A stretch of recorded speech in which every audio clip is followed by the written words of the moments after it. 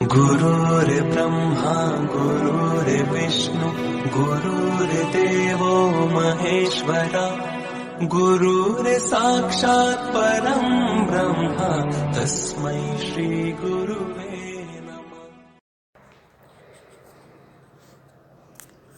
Good morning વિદ્યાર્થી મિત્રો, આજે આપણે એક વિભાગના તત્વો જેને આપણે આંતર સંક્રાંતિ તત્વો કહીએ છીએ એમની ચર્ચા કરીએ. એક વિભાગના તત્વો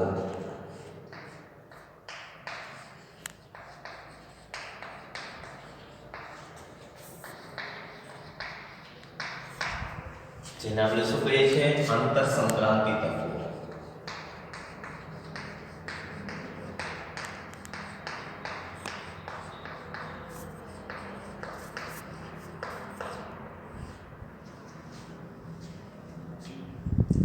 તો એફ વિભાગના તત્વોની આપણે સૌપ્રથમ જેવી રીતે એસપી અને ડી વિભાગના તત્વોની વ્યાખ્યા છે આપી છે, એવી જ રીતના એફ વિભાગના તત્વો છે એની વ્યાખ્યા કરવી છે, સંકલ્પના છે આપણે આપવી છે. તો જે તત્વોની ઇલેક્ટ્રોન રચનામાં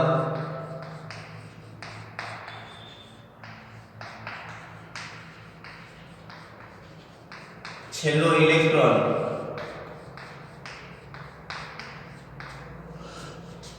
F કક્ષકમાં દાખલ થતો હોય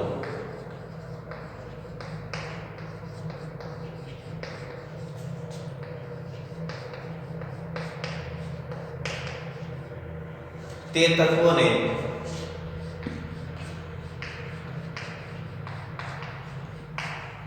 F વિભાગના તત્વો કહે છે.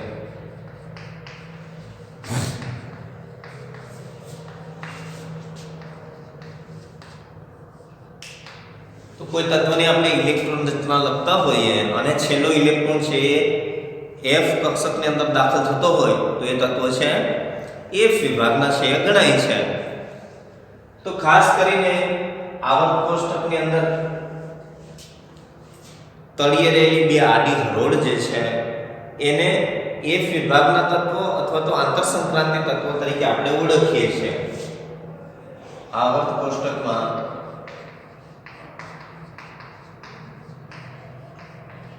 તળિયે રહેલી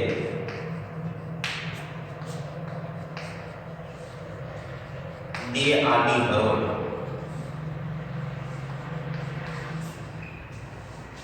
તો આવર્ત કોષ્ટકની અંદર તળિયે રહેલી બે આડી હરોળ છે એ નો સમાવેશ F વિભાગમાં થાય છે.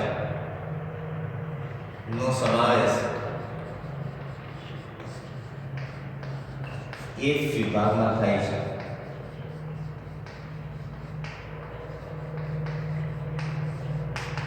જેની અંદર આપણે 4F આંતર સંક્રાંતિ શ્રેણી અને 5F આંતર સંક્રાંતિ શ્રેણી છે એની વાત કરીએ છીએ. 4F આંતર સંક્રાંતિ શ્રેણી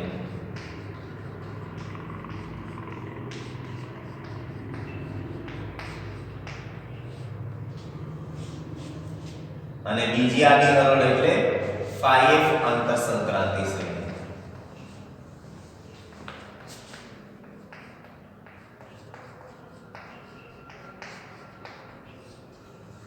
4F આંતર સંક્રાંતિ શ્રેણી જે છે એની અંદર સીરિયમ 58 નંબરનો થી લ્યુટેશિયમ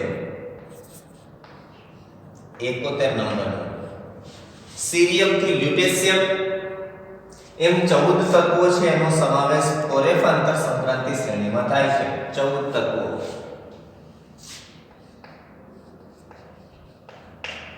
આ શ્રેણીને આપણે કઈ શ્રેણી કહીએ છીએ? લેન્થેનાઇન શ્રેણી. લેન્થેનાઇન.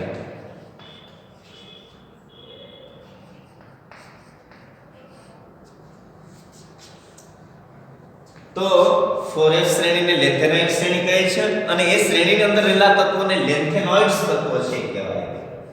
લેન્થેનોઇડ્સ તત્વો.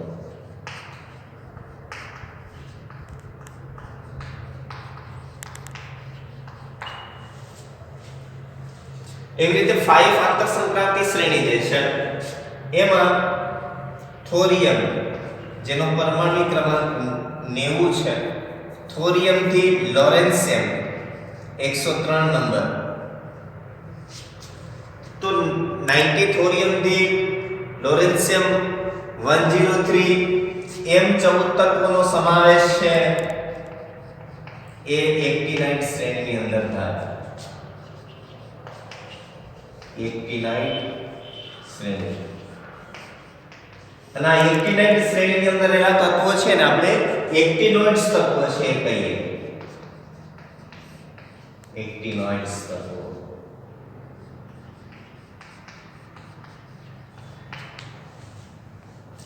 ખાસ કરીને F વિભાગના તત્વો છે એની અંદર ધાતુઓનો સમાવેશ થાય છે. F વિભાગના તત્વો જેની અંદર બધા જ તત્વો કેવા છે? બધા જ તત્વો ધાતુઓ છે. બધા જ તત્વો છે કેવા છે? ધાતુઓ છે. અને એને આપણે આંતરસંક્રાંતિ તત્વો છે કહીએ છીએ. ખાસ કરીને એ જે તત્વો છે એ રેડિયો એક્ટિવ છે. F વિભાગના તત્વો રેડિયો એક્ટિવ તત્વો છે.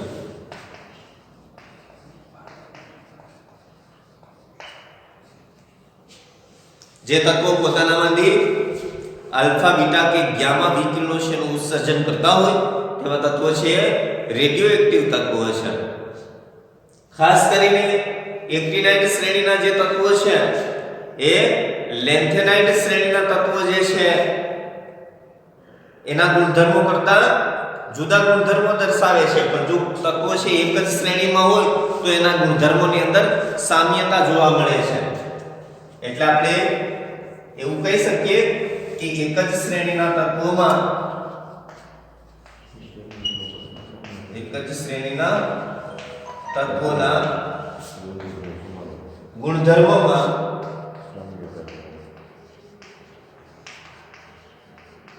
લગભગ સમાનતા જોવા મળે છે.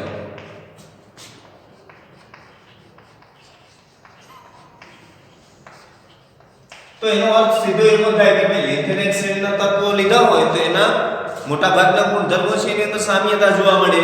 અને એ જ રીતે આપણે એક્ટિનાઇટ શ્રેણીના તત્વો લીધા હોય તો એની અંદર ગુણધર્મોમાં મહદ અંશે સામ્યતા છે જોવા મળતી હોય છે. ખાસ કરીને કેન્દ્રીય પ્રક્રિયાઓ દ્વારા આવા જ્યારે રેડિયોએક્ટિવ તત્વો છે મેળવવામાં આવતા હોય, કેન્દ્રીય પ્રક્રિયા મારફતે રેડિયોએક્ટિવ તત્વો મેળવવામાં આવે ત્યારે એનું જથ્થો જે છે, પ્રમાણ જે છે એ ખૂબ જ ઓછું મળે. કેટલીક વખત નેનોગ્રામની અંદર આવા રેડિયોએક્ટિવ તત્વો છે એ આપણને પ્રાપ્ત થતા હોય છે. તો આવા તત્વો જે છે અથવા તો ક્યારેક એવું બને કે એના પરમાણુઓ જ ફક્ત પ્રાપ્ત થતા હોય છે. તો આવા તત્વો જે છે રેડિયોએક્ટિવ તત્વો છે.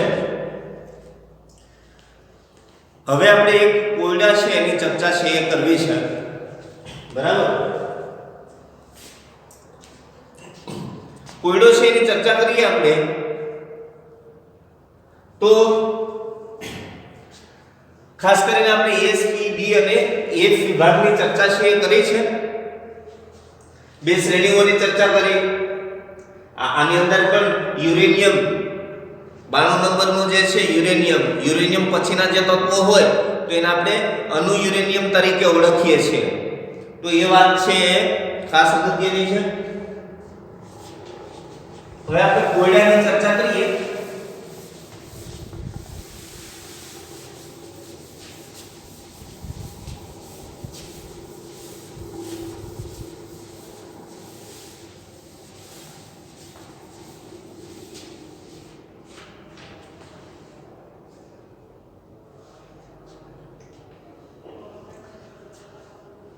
તો વિદ્યાર્થી મિત્રો, ખાસ કરીને પરમાણ્વિક ક્રમાંકને આપણે Z વડે દર્શાવીએ છીએ.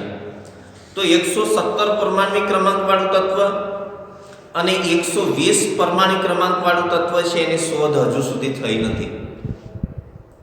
117 અને 120 પરમાણ્વિક ક્રમાંક વાળા તત્વની શોધ હજુ સુધી થઈ શકી નથી.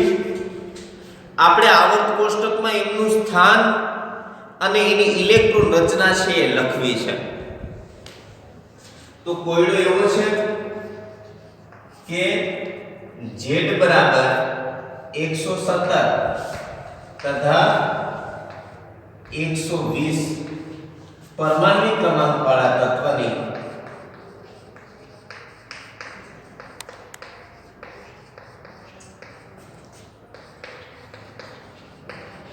શોધ હજુ સુધી થઈ શકી નથી.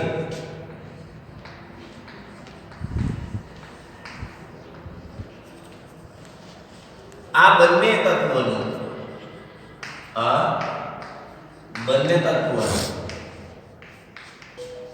આવર્ત કોષ્ટકમાં સ્થાન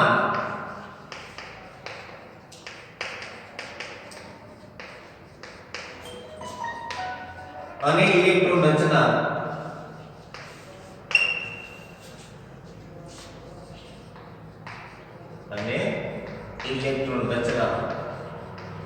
લખો. આવો પ્રશ્ન આપણી પાસે છે. હવે જો વિદ્યાર્થી મિત્રો પરમાણુ ક્રમાંક 117 પરમાણુ ક્રમાંક વાળા તત્વના સંદર્ભમાં આપણે વિચારીએ તો 18મો સમૂહ 18મા સમૂહમાં આપણને ખબર છે કે helium, neon, argon, krypton, xenon અને રેડોન તત્વનો સમાવેશ થાય. હિલિયમ છે એનો પરમાણુ ક્રમાંક 2 છે. એમાં આપણે 8 ઉમેરીએ +8 તો નિયમનો પરમાણુ ક્રમાંક મળે 10. એમાં 8 ઉમેરીએ તો આર્ગોનનો પરમાણુ ક્રમાંક 18 મળે. 10 ને 8 18.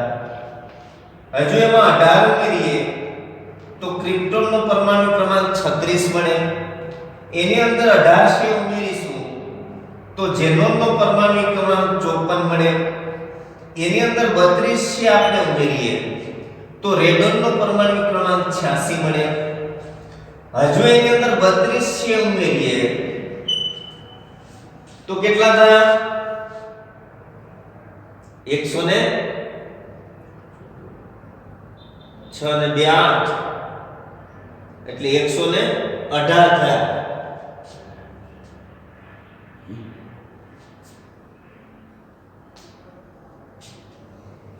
બરાબર. તો અહીંયા રેડોન પછી કોઈ કે તત્વ છે આપણને ખબર નથી પણ એનો પરમાણુ ક્રમાંક 118 હોવાનો. બરાબર. એ 118 પરમાણુ ક્રમાંક વાળું તત્વ કયું તો કે ખબર નથી પણ 118 પરમાણુ ક્રમાંક વાળા તત્વ માટે આપણે એનું આઈયુપીએસસી નામકરણ છે શું કરી શકીએ તો 1 માટે અન તો આઈયુપીએસસી નામ થયું અન, પાછું 1 માટે અન, 8 માટે ઓક્ટ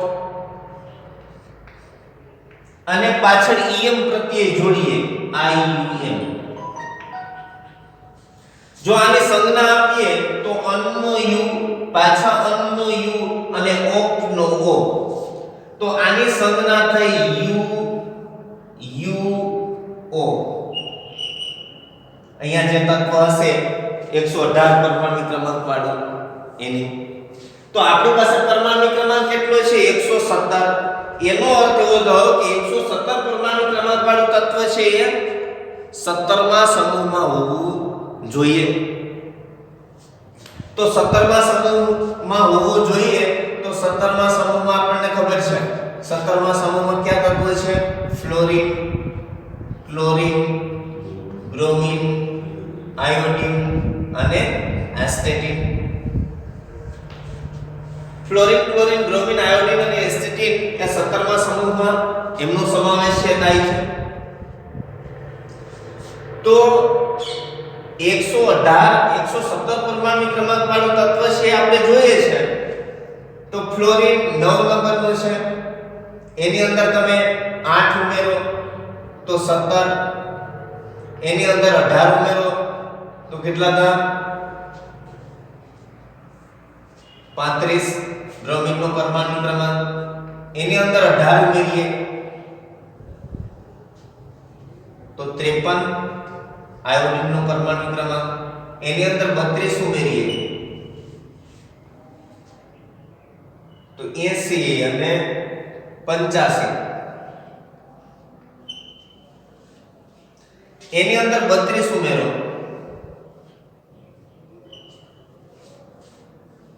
તો 117 થયા બરાબર તો 117 પરમાણુ ક્રમાંક વાળું તત્વ જે છે એ 17મા સમૂહમાં હોવું જોઈએ આ 117 પરમાણુ ક્રમાંક વાળું તત્વ 17મા સમૂહમાં હોવું જોઈએ એ 117 પરમાણુ ક્રમાંક વાળું તત્વ જે છે સમૂહ 17 ની અંદર છે એનું આપણે સંજ્ઞા આપવી હોય તો શું આપી શકીએ 1 માટે અન પાછા 1 માટે અન અને 7 માટે સેપ્ટ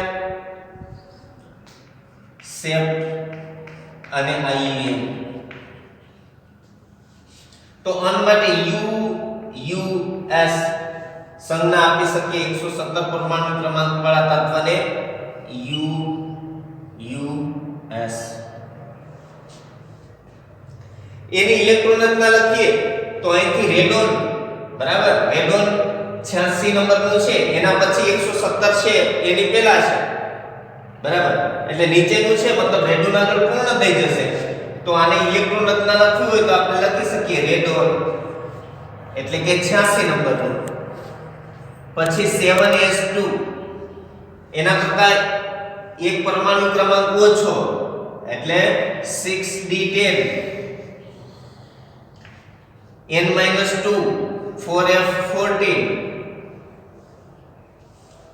અને 7p5 n-2 પ્રકારની ઇલેક્ટ્રોન રચના 17મા સમૂહની અંદર જોવા મળે તો 86 14 10 2 5 કરશો એટલે કેટલા થઈ ગયા 117 તો 117 પરમાણુ ક્રમાંક વાળા તત્વનું સ્થાન છે એ 17મા સમૂહમાં હશે અને એની ઇલેક્ટ્રોન રચના radon 4f14 6d10 7s2 7p5 થશે એવી જ રીતના 120 પરમાણુ ક્રમાંક વાળું તત્વ છે એનો વિચાર કરીએ તો અહીં 118 થયા પછી પહેલો સમૂહ હોય એનું અંતિમ તત્વ એટલે 119 એટલે પહેલા સમૂહમાં નથી અને બીજો સમૂહ એટલે 120 થઈ જાય 19 પછી 20 તો બીજો સમૂહ આપણે લઈએ ખાસ કરીને તો beryllium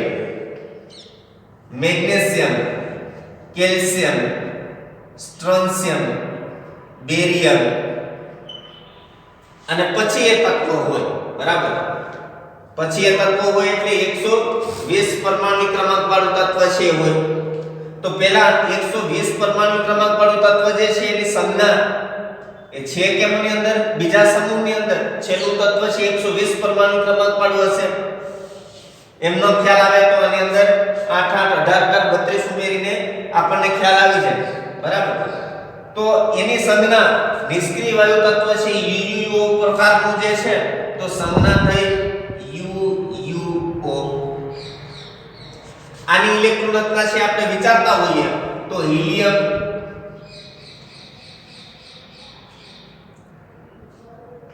(2s2) neon 3s2 argon 4s2 krypton 5s2 xenon 6s2 તો બેરિલિયમ મેગ્નેશિયમ કેલ્શિયમ સ્ટ્રોન્શિયમ બેરિયમ એની ઇલેક્ટ્રોન રચના આપણે વિચારી તો ખાસ કરીને બીજા સમૂહની ઇલેક્ટ્રોન રચના છે એનો વિચાર કર્યો તો બીજા સમૂહના તત્વો છે એમનો આપણે વિચાર શેર કર્યો બરાબર તો 6s2 એવી રીતે તમે રેડિયમ છે લીધું હોત માની લો કે બરાબર બીજા સમૂહનું તત્વ તો રેડોન 7s2 વિચારે બરાબર તો આપણે નિષ્ક્રિય તત્વ તરીકે કયું લઈએ 118 એટલે યુયુઓ તો અહીંયા આપણે લખીએ યુઓ જે 118 દા અને પછી 7 પછી 8 આવશે એટલે 8s2 તો તો 120 પરમાણુ ક્રમાંક Z બરાબર 120 પરમાણુ ક્રમાંક વાળું જે તત્વ છે એની ઇલેક્ટ્રોન રચના UO8S2 પ્રકારની હશે અને એ સમૂહ 2 નું અંતિમ તત્વ હશે બરાબર તો 117 અને 118 પરમાણુ ક્રમાંક વાળા તત્વના આવર્ત કોષ્ટકમાં સ્થાન 117 નું આવર્ત કોષ્ટકમાં સ્થાન 17મા સમૂહનું અંતિમ તત્વ અને 120 પરમાણુ ક્રમાંક વાળું તત્વ છે એ સમૂહ 2 નું તત્વ હશે અને એની ઇલેક્ટ્રોન રચના છે આપણે લખી તો બંનેની ઇલેક્ટ્રોન રચના અને આવર્ત કોષ્ટકની અંદર સ્થાન છે આપણે નક્કી કર્યું બરાબર બાકીની વાત છે આપણે આવતા લેક્ચરની અંદર કરીશું